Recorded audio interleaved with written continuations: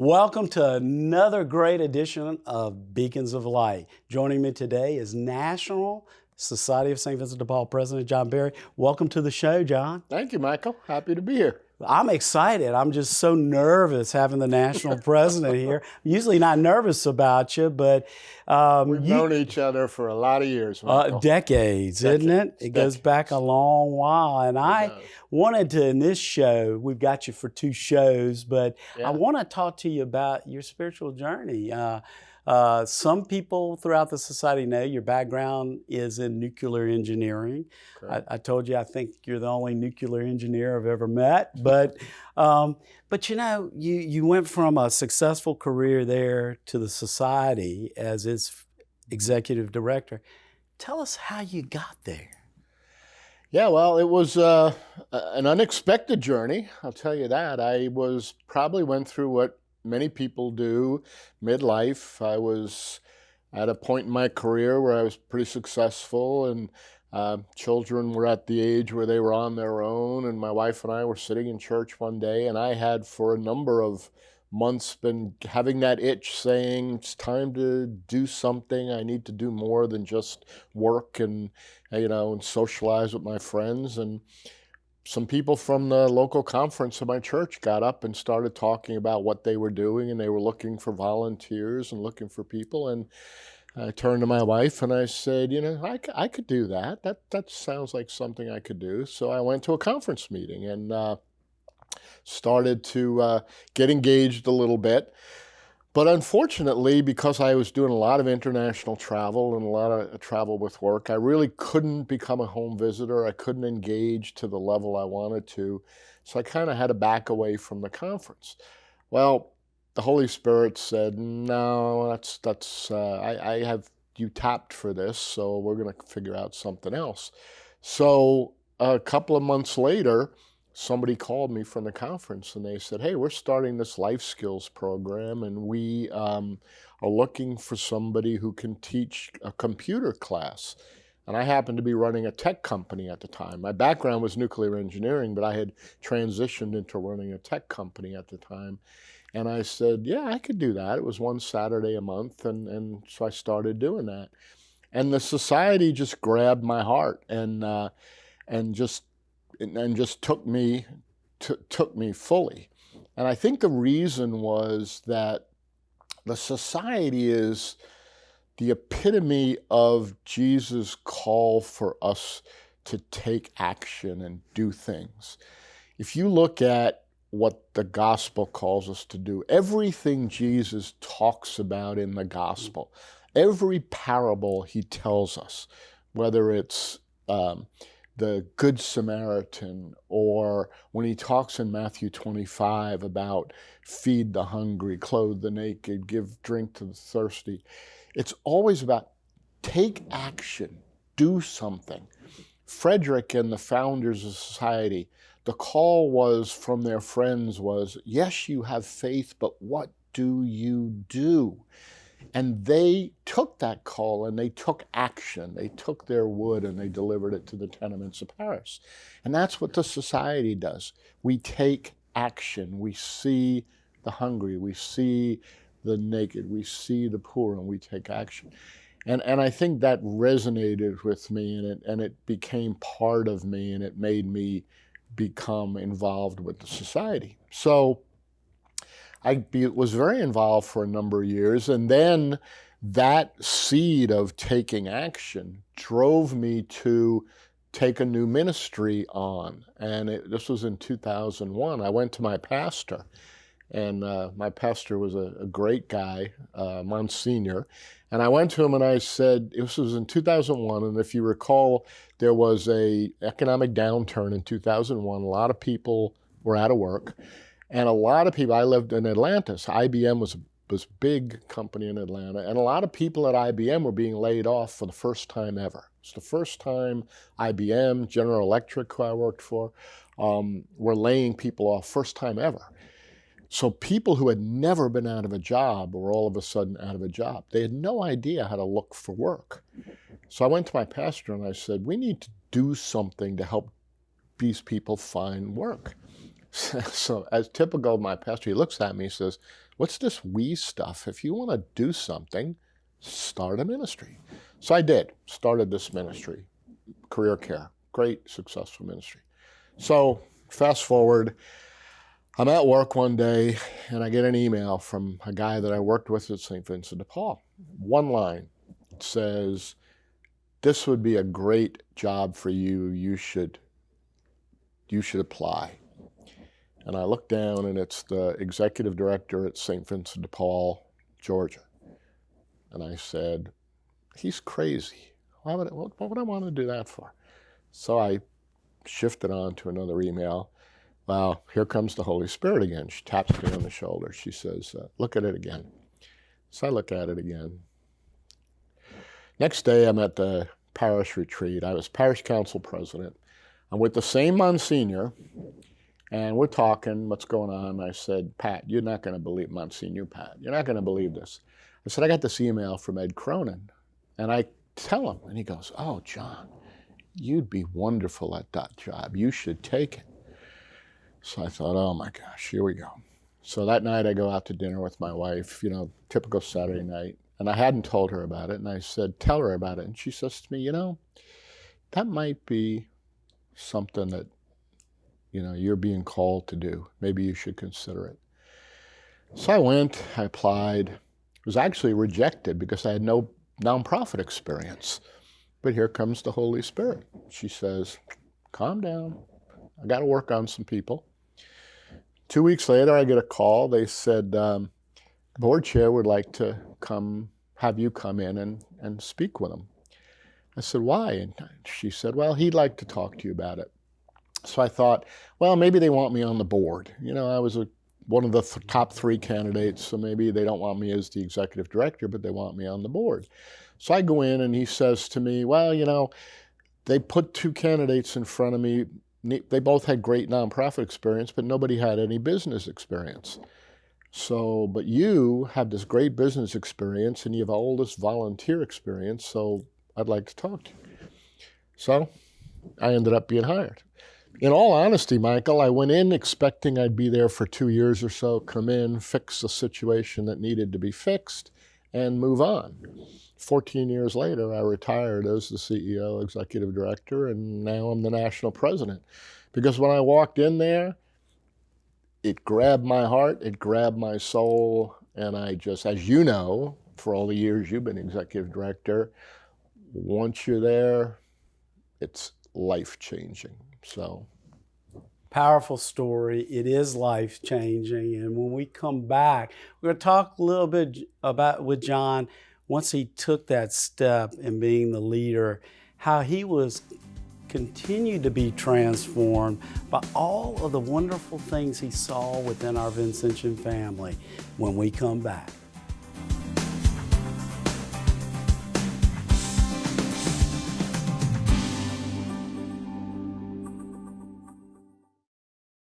For over 20 years, the St. Vincent de Paul Community Pharmacy has served our area. We provide prescription medicines for those who have nowhere to turn for this most basic healthcare need.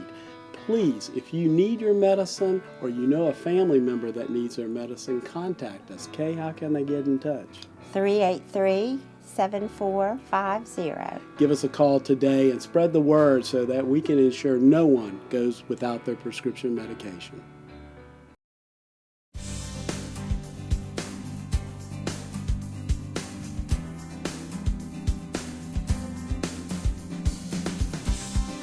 Welcome back. Here with John Berry. We're having a great time. We're talking sports off the camera, and sports fires both up. But the society, sports are sports, but the society's what it's all about. Yep. You walked into the executive role there in Georgia for just the Archdiocese of Georgia, and talk about what you found and then what happened after that. Yeah, so when I came in 2006, a number of things going on. The society in Archdiocese of Atlanta had just gone through a reorganization. So they went from a council where all at the time 54 conferences made up their board of directors. And I came in October, and over the summer, they had organized into, at the time, 7 districts. And prior to that, one of the board members used to joke about the fact that when they met as a board of 54 conferences, they would pray together in the morning and then fight all afternoon. So pretty difficult transition to go to this district structure. Second, we were coming out of post-Katrina. So Atlanta was one of those places where a lot of the people coming out of Louisiana and Mississippi from Katrina had come to. So there was a large influx of people into Atlanta. We had a lot of refugees. We had a lot of donations of goods and money. And that infrastructure couldn't really support that. So we had a lot of things going on. We also in Atlanta had a large degree of independence among the conferences. So there was a transition going on to try and put some degree of centralization to structure and organization. It put all that on top of the fact that, to be brutally honest, my predecessor had some challenges as a leader. So the senior staff under her, with the exception of 2 people, had all resigned.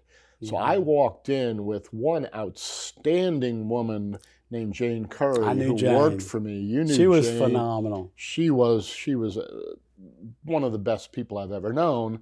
And one other staff person who unfortunately was somebody totally unqualified for the position that he held. And then I had a number of people at the frontline level that were pretty good.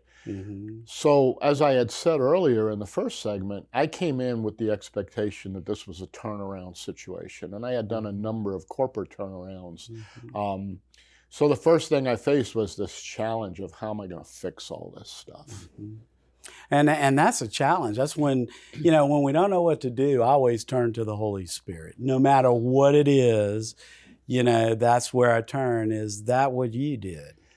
Yes. So one of the first things we did was we had a retreat, and we brought together conference members from all over. Now, geographically, you have to picture the Archdiocese of Atlanta is a huge geographical area. So for those who know the state of Georgia, which, by the way, for those who don't know, the state of Georgia is the largest state east of the Mississippi. So the Archdiocese of Atlanta runs from the South Carolina border up by Augusta, where the Masters is played, runs all the way down to Macon, and then all the way over to LaGrange, and then all the way north. So you have everything from the city of Atlanta up to the North Georgia mountains and Chattanooga. So it takes 2.5 hours to get from one end of the archdiocese to the other. So trying to bring together all these people from 56 conferences for a retreat is difficult. This is pre-Zoom, this is pre-technology days, but it was an attempt. I also, in my naivete, made a promise as the new executive director that I was going to go visit every conference in the archdiocese in my first year. Well, most conferences met on Tuesdays or Thursdays or Mondays. 58 conferences that met once a week. There's 52 weeks in the year. You can come to a pretty quick math solution that was not feasible. So I kind of had to back off that pretty soon. But I did get out to the furthest ones I could. And I remember walking into conferences who looked at me and said, "We've never seen an executive director before." And I said, "Well, guess what? I'm a human person just like you are." And we talked. And just the fact that we had this exchange. And to me, that's one of the things that I think is so critically important to engagement in the society, is what I call the encounter, this human-to-human encounter. That's what we're all about. We're not paper, we're not phone calls, we're not technology, we're human-to-human encounter. So that's where we started. We started with, let's have a conversation and figure out what we need to do. And I know that you transformed the society from getting together, praying together, and understanding that differences and diversity is good as long as that diversity is recognizing that encounter for what it is. The possibilities are endless. And so I guess as you saw that transformation in the Archdiocese of Atlanta Society of St. Vincent de Paul, it must have been tremendously uplifting and helped you to internally grow spiritually. Absolutely. And one of the things we tried to do was make sure that we were bringing in different viewpoints from the society itself. So we looked at our board, and frankly, we said our board consisted of a bunch of old white guys. Mm-hmm. And we say, we had, excuse me, we had a couple of people of diversity, but we didn't really have a representation of the diversity that is Georgia. Right. And Georgia is a very diverse state. So we began to see how could we fix that. Then we also looked at if we're going to grow the society and we're going to grow our service to people in need in the state of Georgia, we need to start bringing people onto the board who represent various interests in the state that can support that work.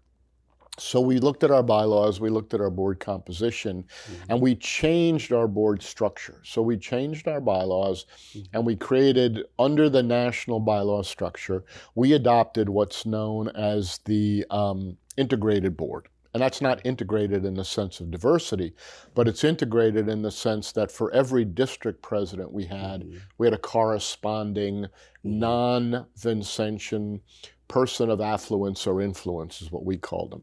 So we brought in onto our board a woman who had been one of Martin Luther King's advisors during his civil rights movement, a woman named Myrtle Davis. Yes. Her husband was a doctor who had helped integrate Grady Hospital back under the Lyndon Johnson administration.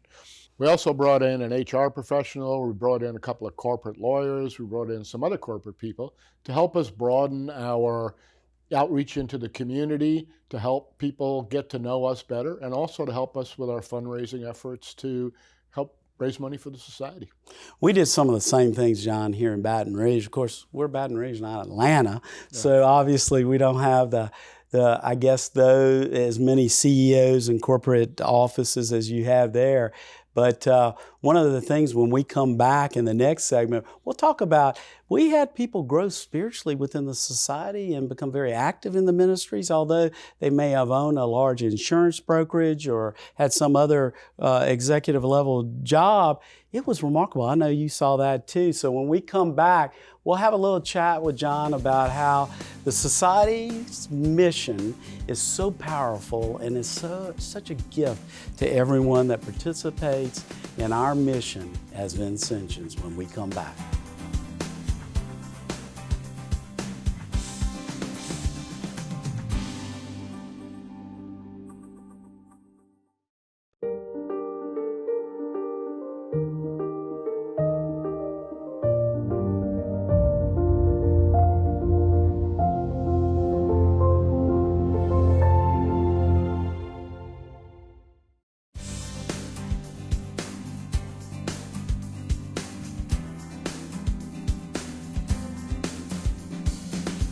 The Society of St. Vincent de Paul mission is so powerful. That's what has kept me around for 35 years. And John Berry has been a leader in our society for so very long. And we talked about, in the previous segment, all the wonderful people that you amassed in Atlanta. And you gave them the gift of the society. How giving that gift out and letting the entire state of Georgia know the mission of the society and what a gift it is, how powerful has that been for you spiritually? Oh, it's hard to put it into words. As I said earlier, my expectation coming in is be a couple of years and then I would move on. And, after retiring 14 years, prior to my retiring, our regional vice president for the Southeast unfortunately got sick enough that he passed. And when he was knew that he couldn't do the job anymore, he reached out to me and asked if I would be willing to step up and be the Southeast Regional Vice President, and I agreed. And then I did that for 6 years, and then as the national president's position was coming to time for his successor to run, people came to me and asked if I was considering running for national president, and I said, I've been doing this for a long time. I'm retired. My wife's retired, and here came the Holy Spirit again, just saying, I want you to consider it. I want you to pray on it, and I decided to do it. So and it's all because it's not the glory. It's certainly not the pay. It's not it's just the commitment to just what we do. It's just such a beautiful, incredible, joyful thing. And in Georgia, during that time, we engaged so many people. We had a board member who was a Methodist. So we had a non-Catholic board member, Meredith Hodges, and we sent her to Invitation for Renewal, which is a leadership program we run. It's mostly for. She was fired up for it. She was fired up. We had a corporate person on our board who worked for Georgia Power. She was a corporate high-level person. I mean, she was one of their top people. She would come to our Christmas Kids event and stuff bags, and she is now the vice chair of the board of St. Vincent de Paul, Georgia. She became a Vincentian. I mean, this gets into your soul. This becomes who you are. And you can't be a better person than being a Vincentian. That's all there is to it. Oh, I feel that. And I've seen that transformation. And for me, what it has done is just strengthened me beyond belief. And it's a recognition that the society is a great gift. And it's a way that we as Catholics can live the gospel in a powerful way, and also invite others, whether it's Methodist or other faiths, to the mission of the society, because it's something you can't argue about. All built on the patron saint and St. Louise back there, all built on that vision of sharing God's love with those in need. Yeah, absolutely. Well, I've seen your complex in Georgia, your main headquarters, and I was there before it was transformed. But in a couple of minutes, just kind of share with the audience where it was and what y'all did. It was a big multi-million-dollar project. Yeah, we rented for many years, we had 40,000 square feet and we had 30,000 square feet in a 50,000 square foot strip mall. One of my goals when I first came in was eventually we would make that a more dignified and better outreach place. A quick story, years ago, Jane, who we spoke about earlier, she and I were looking at how we might be able to transform that place, and we had thought, well, maybe we'll take all the administrative offices and we'll move them to a separate building and we'll just focus on that as a service center. And we talked about it, we thought about it, and came to the realization, I said, no, I can't do that.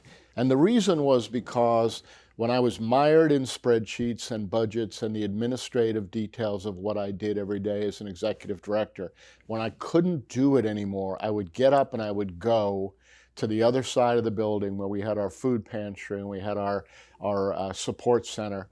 And I would go and I would sit on the floor with the little kids whose parents were in the food pantry or whatever, and I would play with these little kids and I would talk with them and I would just interface with them, and they would rejuvenate me and they would give me energy again, and they would make me realize this is why you're doing all that drudgery. You're not doing it because you're a business person, you're doing it because of them. Or I would go and I would sit with the parents and talk to them about their stories and what we were doing to help them. And that was God saying to me, here's the energy you need to do your work. And then we made the commitment, no, we're going to keep everything together in one spot. So over the years, I went to the board a number of times to say, let's do a capital campaign. And they said, no, we're not ready. We're not ready. And we were finally ready. We did it. We did a capital campaign, $7.5 million. We put a pharmacy. We put an education center. We built it. It's a gorgeous, beautiful thing. And it was my last act. We got it done. I retired, and I'm very proud of it. And it's done nothing but gotten better since I left. And so, I've been there, and everything he just said is very true. And, you know, that's the first time you've ever shared that with me in all the years that we've been together, relative to your desire to keep administration offices in the center of your work. And, you know, I have been a proponent of that as well from day one. Yep. I didn't understand that when I started, but shortly thereafter, you picked it up quicker than I did, I know, because you're smarter. But in all honesty, you know, I've had board members that have suggested, well, we need administration separate, we need an administration. And it's kind of like, if you're not in the heart of what's going on, right, how do you know? The other thing is, how do you know when you don't need an extra set of hands? Right. I mean, we get up to 1,500 volunteers every month sometimes at our main charitable campus. But sometimes it's 7 o'clock at night and we need something and nobody's there to do it. And whether it's me or a colleague, you just pitch in. I remember Christmas time, one time Jane Curry and I'm in a suit. Jane's in a dress in high heels. It's donation time. We're back in the warehouse. We had come from some big fancy dinner, fundraising dinner, and we're in the back slinging donation bags because we had so many people. This was 2007 or so. We were still getting tons of post-Katrina donations. We're back there slinging donation bags in the warehouse because there weren't enough people to do it. I remember being underneath sinks with a wrench trying to fix a leaking sink because we didn't have plumbers on staff. We didn't have that kind of... Jane used to tell me, I'd say, Jane, I need a new lamp for my desk because the office is too dark. She'd say, I'll pray it in for you. And a couple of weeks later, I might get a lamp coming in. That's who we are. That's what we are. That's who we are, what we are. And, you know, this has been a wonderful first show. And pray it in. I love that slogan, John, because that's what we all do. Whatever it takes, and yes, I've been under sinks as well. And we have had such a delightful show. We got to do another show, and we're going to talk about, you know, not under the sink, but really what your vision is over the next 6 years of your presidency, and the vision you have for our society, so that we can continue to invite people to join us in our Vincentian mission. We'll see you again on Beacons of Light next week.